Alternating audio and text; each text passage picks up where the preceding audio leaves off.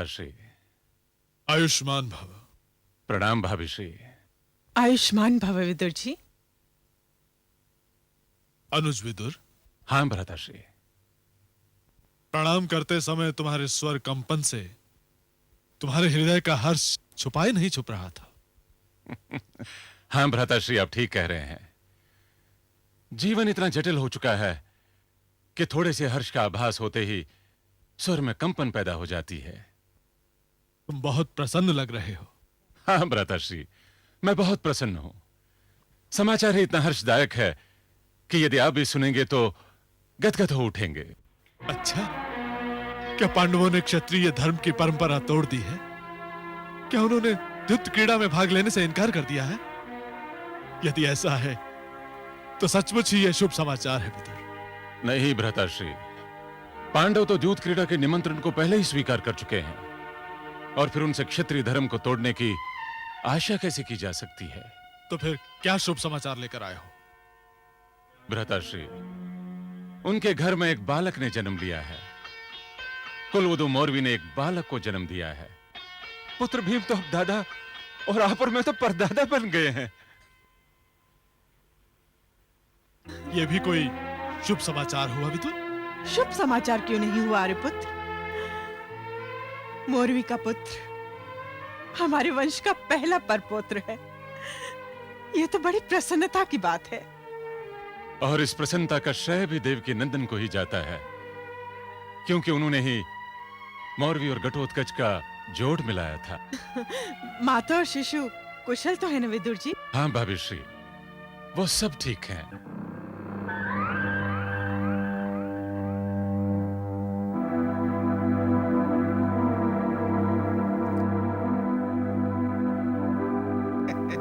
प्रणाम महाराज। आपने शुभ समाचार सुना भ्राताश्री? सुना बहना, अवश्य सुना। पांडवों के विषय में तो कोई भी समाचार, शुभ या शुभ, मेरे कान बहुत दूर से सुन लेते हैं।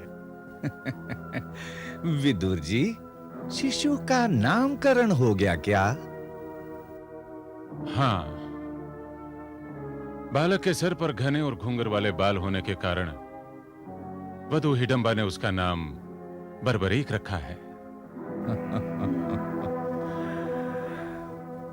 बर्बरीक, हमारी सूची में एक और नाम बढ़ गया है। ये क्या भ्राताश्री? क्या क्या अब नवजात शिशुओं को भी शत्रु माना जाने लगा है? मेरा तात्पर्य ये नहीं था बहना। मैं तो ये कहना चाहता था कि कुरु वंश में एक और सदस्य की वृद्धि हो गई है। कितना शुभ समाचार है। अवश्य है। मेरा तो जी चाहता है कि मैं अब भी जाकर उसे देखाऊं। तुम बड़ी भावुक हो बहना। अपनी भावुकता में ये भी भूल गई हो कि अपनी इच्छा से तुम अपने पति देव के नेत्रहीनता की भागीदारनी बनी हो। तुम तो उस शिशु को देख भी नहीं सकती। देख नहीं सकती तो क्या हुआ? अरे पुत्र, मैं उसे छू तो सकती हूँ ना? कुलेल तो सुन सकती हूँ उसकी। गोद में उठाकर चूम तो सकती हूँ ना उसे। मैं तुम्हारी ममता भावना को समझ रहा हूं गांधारी, किंतु परिस्थितियां हम सबको ऐसे मोड़ पर ले आई हैं कि तुम वहां नहीं जा सकते। विदुर, पुत्र भीम तो इस समय अपने परिवार के साथ ही होगा ना? कहां भ्राताश्री, दूत क्रीड़ा के कारण पुत्र भीम के पास समय ही कहां है कि अपने पौत्र का मुख देख पाए। ये तो बड़ा अन्याय है। परिवार में पहला परपौत्र हुआ और भीम उसे देखने भी नहीं जा सकता। मेरा मन व्याकुल हो रहा है। कैसा अत्याचार है आर्यपुत्र ये? परंतु किया ही क्या जा सकता है गांधारी? किया तो बहुत कुछ जा सकता है भ्राताश्री, किंतु उसके लिए थोड़े से मनोबल की आवश्यकता है। हाँ तो विदुर, क्या किया जा सकता है?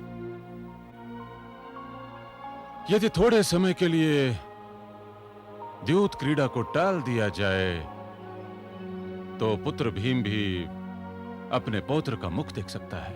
तुम कैसी बात कर रहे हो अनुज? ठीक ही तो कह रहे हैं विदुर जी। द्यूत क्रीड़ा बाद में भी हो सकती है आर्यपुत्र। शिशु का जन्म रोज रोज तो नहीं होता। तुम लोग सदैव ही उल्टी बात करते हो। द्यूत क्रीड़ा कैसे टल सकती है? पुत्र दुर्योधन तो उसका समय भी निश्चित कर चुका है। तो क्या हुआ? पुत्र दुर्योधन युवराज है, महाराज आप हैं। आप समय बदल दीजिए तो किसमें साहस है कि आपकी बात को टाल सके? किंतु पुत्र युधिष्ठिर भी तो निमंत्रण स्वीकार कर चुका है गांधारी। वो क्षत्रिय परंपरा को तोड़ने के लिए कदापि तैयार नहीं होगा। परंपरा परंपरा परंपरा, क्या क्या ही परंपराएं तोड़ी नहीं जा सकती? और वो भी द्यूत क्रीड़ा जैसी दुष्ट परंपरा जिसका परिणाम सर्वनाश के अतिरिक्त और कुछ भी नहीं है आर्यपुत्र। तुम्हें दूसरों की बड़ी चिंता है गांधारी, अपने पुत्रों का कोई ध्यान नहीं है।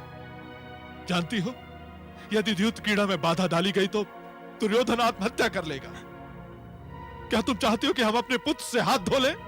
मैं ऐसा कब कह रही हूँ आर्यपुत्र? मैं तो केवल ये कह रही हूँ कि कुछ दिनों के लिए द्यूत क्रीड़ा टाल दी जाए। ये तुम कैसी बातें कर रही हो बहना?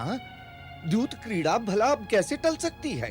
सारी तैयारियां हो गई हैं और ये मेरे पासे अपना चमत्कार दिखाने के लिए इतने व्याकुल हैं कि बार-बार मेरे हाथों से फिसले जाते हैं।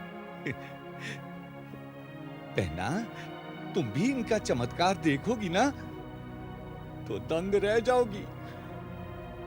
बड़े उत्सुक दिख रहे हैं भ्राताश्री। आप अपनी उत्सुकता में ये भूल चुके कि मैं अपनी इच्छा से अपने पति की नेत्रहीनता की भागीदार बनी हूं। मैं आपके पासों का चमत्कार नहीं देख सकती और कदाचित इच्छा भी नहीं है कि मैं उस विनाश को देख सकूं जिसने आपके पासों के चमत्कार का भेष ही बदल रखा हो। क्रीड़ा करके द्यूत की करोन अपना नाश,